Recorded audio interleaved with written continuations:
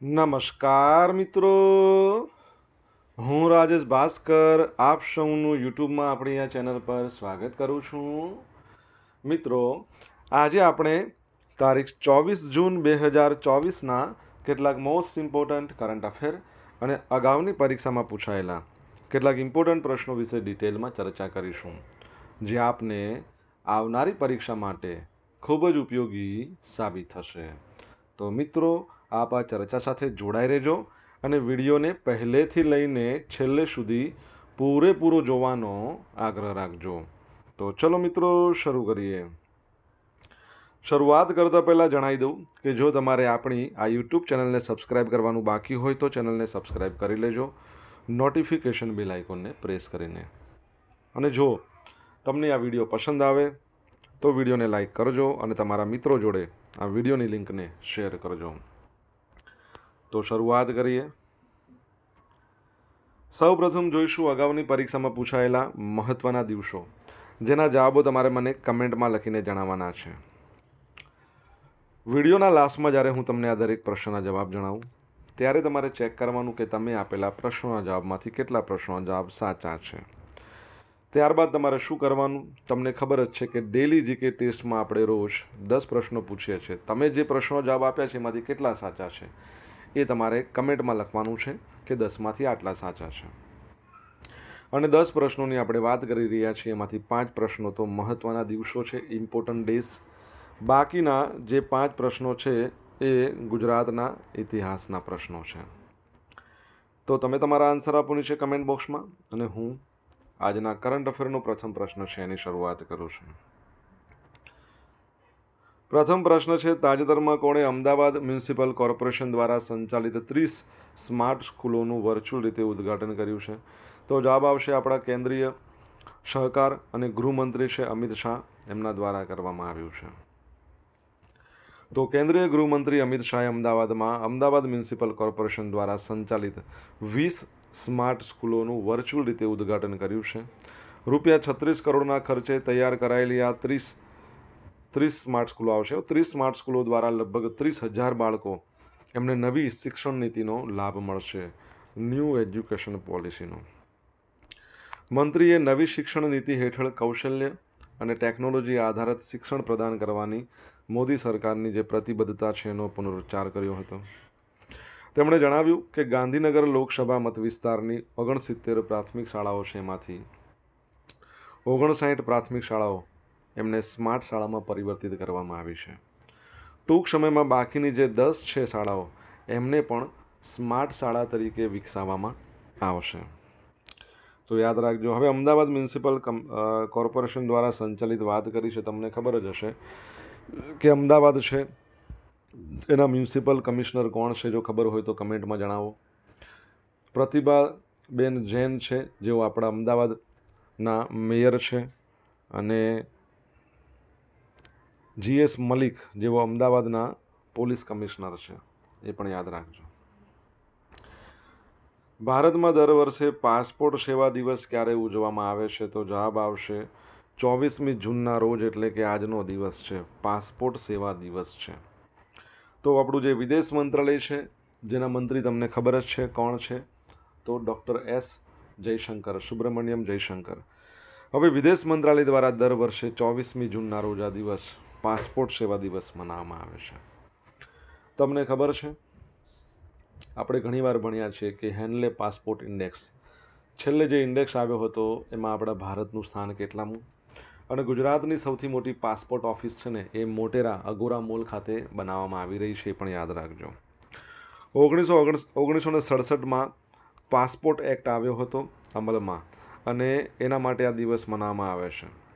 ભારતમાં 555 passport કેન્દ્રોનું network છે, જેમાં 36 પાસપોર્ટ ઓફિસ, 93 પાસપોર્ટ સેવા કેન્દ્ર, 426 પોસ્ટ ઓફિસ પાસપોર્ટ સેવા કેન્દ્ર, આ બધાનો સમાવેશ થાય છે. આગળ વધીએ આપણે ત્યારબાદના ક્વેશ્ચન તરફ. 17નો જાદુ, 4નો જાદુ, નીતિ આયોગ, RBI, આ બધા શોર્ટ્સ છે. તમે હજુ સુધી ના જોયા હોય તો જોઈ લો. તમને જો પસંદ આવે તો લાઈક કરજો, તમારા મિત્રો જોડે એની લિંક છે એને શેર કરજો, ચેનલને હજુ સુધી આપણી સબસ્ક્રાઇબ ના કરી હોય આપણી યુટ્યુબ ચેનલને તો ફટાફટ સબસ્ક્રાઇબ કરો, નોટિફિકેશન બેલ આઇકોનને પ્રેસ કરીને. Rainfall monitoring system bullet train પ્રોજેક્ટની વાત ચાલે છે. તમને બધાને ખબર છે ભારતમાં બુલેટ ટ્રેનની શરૂઆત મુંબઈથી અમદાવાદ બરાબર છે. અત્યારે વર્ક ઇન પ્રોગ્રેસ છે, કામ અત્યારે ચાલી રહ્યું છે. તો બુલેટ ટ્રેન સેવાઓને સલામત કામગીરી સુનિશ્ચિત કરવા આજે Mumbai Ahmedabad high speed railway project એટલે જે બુલેટ ટ્રેન પ્રોજેક્ટ છે એમાં automated rainfall monitoring system અપનાવવામાં આવી છે.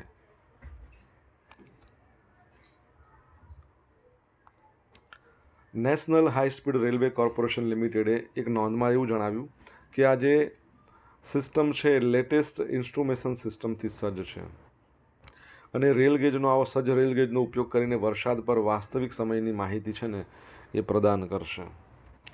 બુલેટ ટ્રેનની વાત આવી છે તો તમને ખબર હોવી જોઈએ કે બુલેટ ટ્રેન છે એનું પ્રથમ સ્ટેશન છે એ પ્રથમ સ્ટેશન ક્યાં બનાવવામાં આવ્યું છે. જો તમને ખબર હોય તો તમે કમેન્ટ બોક્સમાં લખીને જણાવો. અને ટ્રેનની વાત આવી તો તમને ખ્યાલ છે કે આપણા રેલવે મંત્રી છે અશ્વિની વૈષ્ણવ ભારતમાં પ્રથમ વખત રેલની શરૂઆત 1853 ક્યાં તો મુંબઈથી થાણે બરાબર. ગુજરાતની વાત કરીએ તો ઉત્તરાયણથી અંકલેશ્વર 1855. તમારા માટે એક બીજો પ્રશ્ન એવો પણ બની શકે, ચલો હું જવાબ આપું છું કે પ્રથમ રેલવે મંત્રી આપણા કોણ હતા? તો જોન મથાઈ હતા. અને હાલમાં રેલવે બોર્ડના અધ્યક્ષ છે, એમનું નામ શું છે? તો રેલવે બોર્ડના જે અધ્યક્ષ છે જયા વર્મા સિન્હા. તો એ તમે યાદ રાખજો. મિત્રો, વિડીયો પસંદ આવ્યો હોય, ભણવાની મજા આવી હોય તો વિડીયોને એક લાઇક કરો, તમારા મિત્રો જોડે વિડીયોને શેર કરો.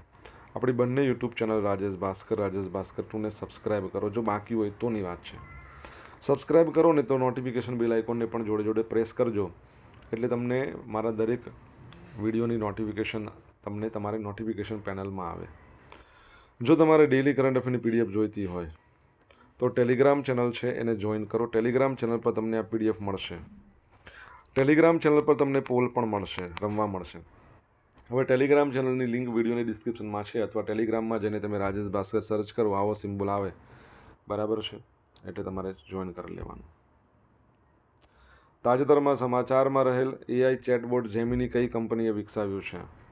તો જવાબ આવશે ગૂગલે. તો ગૂગલે વિકસાવ્યું છે. જેમિની એ તેના પ્રખ્યાત એઆઈ સંશોધન એકમો ડીપ માઇન્ડ ગૂગલ બ્રેઇનના જે વિલીનીકરણ પછી આલ્ફાબેટમાંથી બહાર આવતું પ્રથમ એઆઈ મોડલ છે.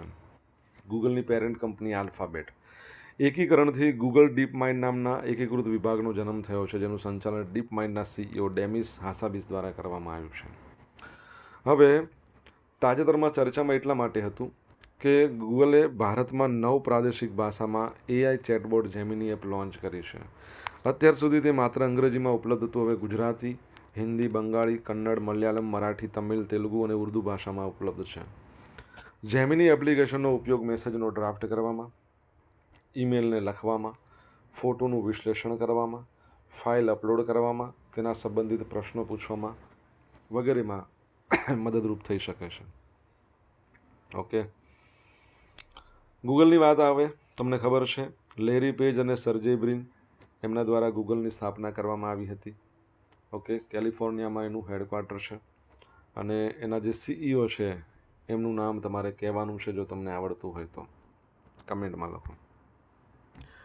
તાજેતરમાં રાષ્ટ્રપતિ દ્રૌપદી મુર્મુએ કોને 18મી લોકસભાના પ્રોટેમ સ્પીકર તરીકે નિયુક્ત કર્યા છે? તો જવાબ આવશે ભર્તૃહરિ મહતાબ, જેઓને તમે ઇમેજમાં જોઈ શકો છો. તો ભારતના રાષ્ટ્રપતિ છે 15મા નંબરના શ્રીમતી દ્રૌપદી મુર્મુ. બંધારણનો અનુચ્છેદ 95(1) હેઠળ લોકસભાના સભ્ય ભર્તૃહરિ મહતાબને 18મી લોકસભાના પ્રોટેમ સ્પીકર તરીકે નિયુક્ત કર્યા છે. તેઓ ઓડિશાની કટક લોકસભાની બેઠક પરથી 57,077 મતોના માર્જિન સાથે ચૂંટણી જીત્યા છે અને તેઓ કટકથી 7 વખતના સાંસદ છે. તેઓ બીજેડી બીજુ જનદળ બરાબર એને છોડીને માર્ચમાં ભાજપમાં જોડાયા. 18મી લોકસભાનું પ્રથમ સત્ર 24મી જૂનથી શરૂ થશે. નવા સાંસદો 24 અને 25 જૂને લોકસભામાં શપથ લેશે, એટલે આજની વાત છે. ત્યારબાદ લોકસભાના અધ્યક્ષની ચૂંટણી 26મી જૂને છે. જ્યાં સુધી હવે પ્રોટેમ સ્પીકર શું હોય, ઘણા બધા મિત્રોના મનમાં પ્રશ્ન હોય છે. તો નવી લોકસભા જ્યાં સુધી નવા સ્પીકરની વરણી ના કરે ત્યાં સુધી લોકસભાના જે કાર્યો છે એની જવાબદારી કોને આપે? Pro tem speaker. અને નવા સદસ્યોને શપથ લેવાનું કામ અપાવવાનું કામ પણ પ્રોટેમ સ્પીકર કરે. લોકસભામાં સૌથી વધુ જે સમય વિતાવનાર હોય સભ્ય, સૌથી વરિષ્ઠ રીતે ચૂંટાયેલો સભ્ય હોય એને પ્રોટેમ સ્પીકર તરીકે નિયુક્ત કરવામાં આવે છે. હવે લોકસભા 18મા નંબરની. તમને ખબર છે ગુજરાતની વિધાનસભા કેટલામા નંબરની છે? તો યાદ રાખજો, ગુજરાતની વિધાનસભા છે એ 15મા નંબરની છે. કેટલામા નંબરની? 15મા નંબરની છે. જેના સ્પીકર છે શંકર ચૌધરી અને જેના ડેપ્યુટી સ્પીકર છે જેઠાભાઈ ભરવાડ. રિસન્ટલી તમને ખબર હોય તો એક સંસ્થા છે એના તેઓ બિનહરીફ ચેરમેન તરીકે ચૂંટાઈ આવ્યા છે. કોણ? જેઠાભાઈ ભરવાડ. જો તમને ખબર હોય સંસ્થાનું નામ શું છે તો તમે કમેન્ટ બોક્સમાં લખીને જણાવો. હેમિસ ફેસ્ટિવલ લદ્દાખમાં. તો ભારતના લદ્દાખમાં દર વર્ષે હેમિસ ફેસ્ટિવલ યોજાય છે. ઓકે, 2024માં ફેસ્ટિવલ 16 અને 17 જૂને યોજાયો હતો. હેમિસ ફેસ્ટિવલ દ્વારા તિબેટિયન લોકો બૌદ્ધ ધર્મના આદરણીય ગુરુ પદ્મસંભવની જન્મ જયંતિની ઉજવણી કરે છે. 2 દિવસનો ઉત્સવ છે. રંગ, સંગીત, આધ્યાત્મિક ઉર્જા સાથે લદ્દાખના સૌથી મોટા બૌદ્ધ મઠ હેમિસ મઠને જીવંત બનાવે છે. પરીક્ષામાં પૂછાયેલો પ્રશ્ન છે આ. હેમિસ મઠ ક્યાં આવેલું છે? આ ઉત્સવની વિશેષતા ચામ નૃત્ય છે, જે ગુરુ પદ્મસંભવના 8 અવતારોનું પ્રતિનિધિત્વ કરતા રંગબેરંગી માસ્ક આ પ્રમાણેના એવા પહેલા સાધુ દ્વારા કરવામાં આવે છે. ગુરુ પદ્મસંભવ, જેમને ગુરુ રિનપોચે તરીકે પણ ઓળખવામાં આવે છે. લદ્દાખની વાત આવી તો તમને ખબર હોવી જોઈએ 31મી ઓક્ટોબર 2019ના રોજ ભારતનું જે રાજ્ય હતું જમ્મુ કાશ્મીર, એમાંથી 2 યુનિયન ટેરેટરી બનાવવામાં આવ્યા. એક પોતે જમ્મુ કાશ્મીર યુનિયન ટેરેટરી અને બીજું લદ્દાખ. લદ્દાખ છે એના કેપિટલ લેહ અને કારગિલ છે. લદ્દાખની જો વાત કરીએ તો લદ્દાખ છે એનું લદ્દાખના જે રાજ્ય પ્રાણી છે હિમદીપડો છે, રાજ્ય પક્ષી છે કાળા ગળાવાળું સારસ. તમારા માટે એક પ્રશ્ન કે લદ્દાખ છે, લદ્દાખના હાલના લેફ્ટનન્ટ ગવર્નર કોણ છે? જો તમને એમનું નામ આવડતું હોય તો તમે એને કમેન્ટ બોક્સમાં લખીને જણાવી શકો છો. સોશિયલ મીડિયાના માધ્યમથી મારી જોડે તમે કનેક્ટ રહી શકો છો. મારું ઇન્સ્ટા આઈડી છે rajesh.i.bhaskar. મારું ફેસબુક આઈડી છે RI ભાસ્કર અને ટેલિગ્રામ આઈડી છે એટલે કે ટેલિગ્રામ ચેનલ છે આપણી રાજેશ ભાસ્કર. અહીંયા તમને ડેલી કરંટ અફેરની PDF મળશે અને પોલ્સ રમવા મળશે. જો તમને ભણવાની મજા આવી હોય, વિડીયો પસંદ આવ્યો હોય તો મિત્રો એક લાઇક કરી દો અને તમારા મિત્રો જોડે આ વિડીયોની લિંકને શેર કરો. જો ચેનલને સબસ્ક્રાઇબ કરવાનું હજુ પણ બાકી હોય તો સબસ્ક્રાઇબ કરો, નોટિફિકેશન બેલ આઇકોનને પ્રેસ કરીને. તાજેતરમાં નેશનલ ટેસ્ટિંગ એજન્સીના ડાયરેક્ટર જનરલનો વધારાનો ચાર્જ કોને સોંપવામાં આવ્યો છે? તો પ્રદીપસિંહ ખારોલાને આપવામાં આવ્યો છે.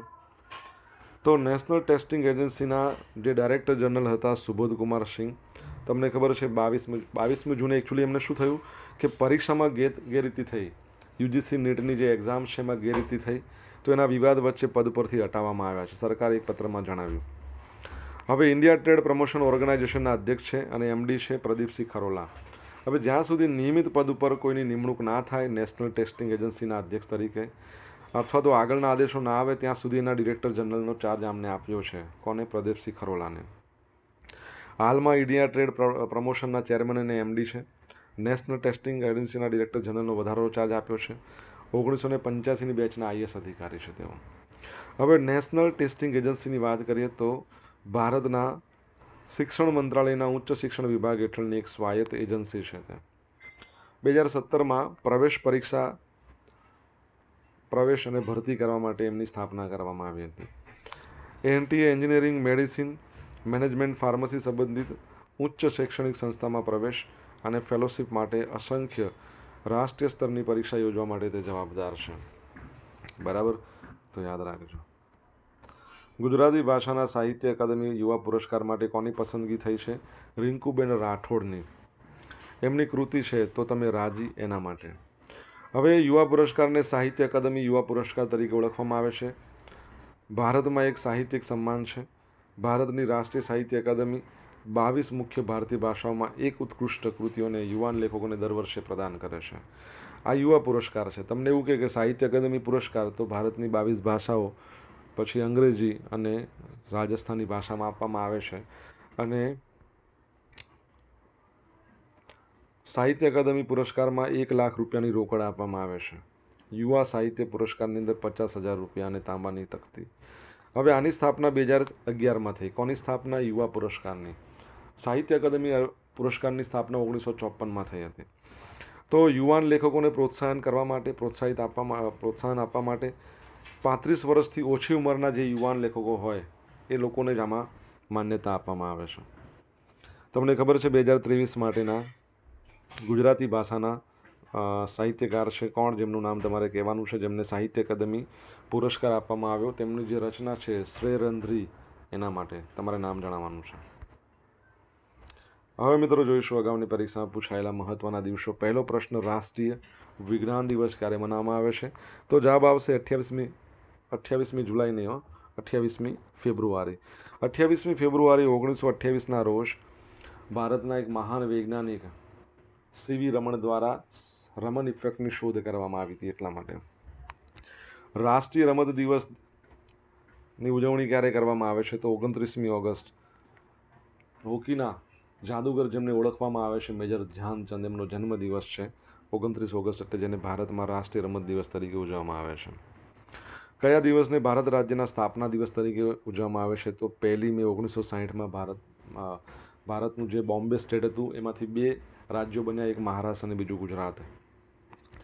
યુએન તરફથી કયા દિવસને યોગ દિવસનો મનાવવાનો પ્રારંભ કરવામાં આવેલ છે? તો 21મી જૂન, 2-3 દિવસ પહેલાં જ ગયો ને, આંતરરાષ્ટ્રીય યોગ દિવસ ભારતે પ્રસ્તાવના મૂકી હતી, એટલા માટે મનાવવામાં આવે છે. ભારતભરમાં પોલીસ દિનની ઉજવણી ક્યારે કરવામાં આવે છે? 21મી ઓક્ટોબર છે, જેને પોલીસ દિવસ કહેવાય અથવા તો પોલીસ સ્મૃતિ દિવસ પણ કહેવાય છે. હવે મિત્રો જોઈશું અગાઉની પરીક્ષામાં પૂછાયેલા ગુજરાતના ઇતિહાસના પ્રશ્નો. પહેલો પ્રશ્ન, મહારાષ્ટ્રથી અલગ થયા પછી ગુજરાતની પ્રથમ વિધાનસભા ક્યાં બેસતી હતી? તો વિધાનસભા સિવિલ હોસ્પિટલમાં બેસતી હતી. સચિવાલય પોલિટેકનિકમાં હતું. ગુજરાતના પૂર્વ મુખ્યમંત્રી શ્રી બળવંતરાય મહેતાનું અકસ્માતથી અવસાન કયા યુદ્ધકાળ દરમિયાન થયું હતું? 1965માં.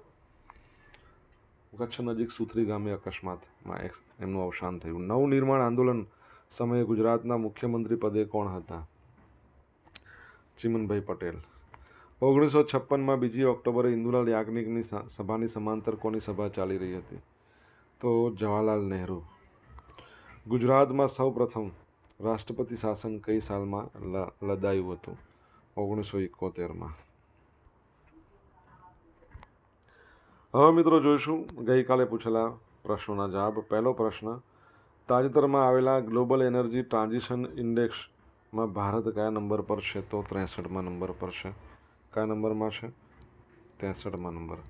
બીજો પ્રશ્ન, તાજેતરમાં national highway authority of India એણે માર્ગ સલામતી વધારવાના પ્રયાસ રૂપે કોની જોડે MOU કર્યા છે?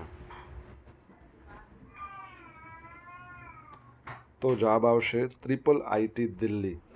બરાબર. હવે મિત્રો આજે જે પ્રશ્ન પૂછ્યા છે એના જવાબો જોઈ લઈએ. પહેલો પ્રશ્ન એવો પૂછવામાં આવ્યો હતો, અમદાવાદ મ્યુનિસિપલ કમિશનર હાલમાં કોણ છે? તો યાદ રાખજો, M. તેન્નારસન. સેકન્ડ પ્રશ્ન એવો હતો, હેન્લે પાસપોર્ટ ઇન્ડેક્સ એમાં ભારત કયા નંબર પર? 85મા નંબર ઉપર. ત્રીજો પ્રશ્ન, બુલેટ ટ્રેન છે મુંબઈથી અમદાવાદ જેની હજુ વર્ક ચાલી રહ્યું છે, એનું પ્રથમ સ્ટેશન બની ગયું છે કઈ જગ્યાએ? સુરત ખાતે. ચોથો પ્રશ્ન છે, ગૂગલના CEO અથવા તો આલ્ફાબેટના CEO શું નામ છે એમનું? સુંદર પિચાઈ. પાંચમો પ્રશ્ન, જેઠાભાઈ ભરવાડને કઈ સંસ્થાના ચેરમેન તરીકે બિનહરીફ તરીકે ચૂંટાઈ આવ્યા છે? નાફેડ. છઠ્ઠો પ્રશ્ન, લદ્દાખના જે લેફ્ટનન્ટ ગવર્નર છે એમનું નામ શું છે? તો બીડી મિશ્રા. શું છે? બીડી મિશ્રા. 7મા નંબરનો પ્રશ્ન, 2023નો ગુજરાતી ભાષાનો સાહિત્ય અકાદમી પુરસ્કાર વિનોદ જોશીને આપવામાં આવ્યો શ્રેરેન્દ્રી નામની એમની રચના માટે. ઓકે. હવે મિત્રો જોશું ગઈકાલના કરંટ અફેરમાંથી પૂછેલા કેટલાક ઇમ્પોર્ટન્ટ પ્રશ્નો જેના જવાબો તમારે કમેન્ટમાં લખીને જણાવવાના છે. પહેલો પ્રશ્ન, તાજેતરમાં સમાચારમાં રહેલ ગરવી ગુજરાત ભવન ક્યાં આવેલું છે? સેકન્ડ પ્રશ્ન, તાજેતરમાં કોને ટેલિકોમ રેગ્યુલેટરી ઓથોરિટી ઓફ ઇન્ડિયાના નવા સચિવ તરીકે નિયુક્ત કરવામાં આવ્યા છે? જો જવાબ આવડે તો તમારે કમેન્ટ બોક્સમાં લખીને જણાવવાનો છે. તો મિત્રો આ હતા આજના દિવસના કેટલાક મોસ્ટ ઇમ્પોર્ટન્ટ કરંટ અફેર. સાથે આપણે જોયું અગાઉની પરીક્ષામાં પૂછાયેલા ઇમ્પોર્ટન્ટ પ્રશ્નો, એના જવાબો પણ હતા. આશા રાખું બધાને ભણવાની મજા આવી હશે. ભણવાની મજા આવી હોય તો વિડીયોને લાઇક કરો તમારા મિત્રો જોડે શેર કરો. આપણી બંને યુટ્યુબ ચેનલ રાજેશ ભાસ્કર અને રાજેશ ભાસ્કર 2 એને સબસ્ક્રાઈબ કરો, નોટિફિકેશન બેલ આઇકોનને પ્રેસ કરીને. તો મિત્રો thank you so much for watching this video. Have a nice day. જય હિન્દ, જય ભારત.